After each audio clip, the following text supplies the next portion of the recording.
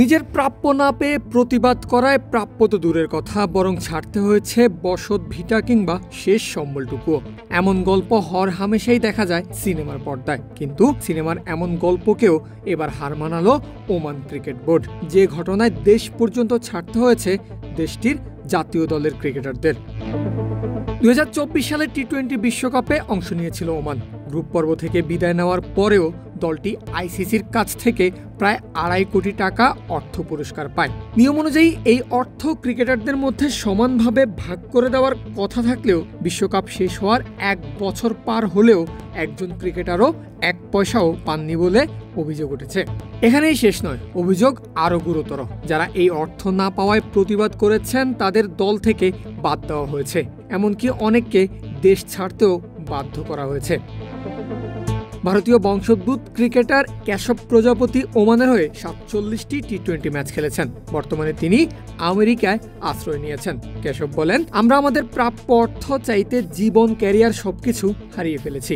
এমনকি ICC Omani ক্রিকেটারদের পাশে দাঁড়াচ্ছে না বলে অভিযোগ করেছেন প্রজাপতি।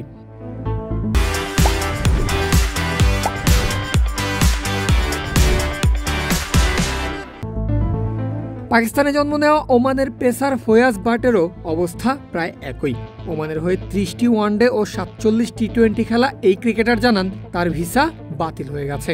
হাতে কোনো কাজও নেই। মোট কথা, ফয়াজের জীবনেই থমকে গেছে। আইসিসির নিয়ম অনুযায়ী তাদের আয়োজিত প্রতিযোগিতা শেষ হওয়ার 21 দিনের মধ্যে প্রাপ্য পুরস্কার মূল্য বিতরণ করতে হয় ক্রিকেটারদের মাঝে। আইসিসি জানিয়েছে তারা ওমান ক্রিকেট বোর্ডকে পুরস্কার মূল্য দিয়ে দিয়েছে, কিন্তু ক্রিকেটারদের সেই টাকা এখনো দেওয়া হয়নি।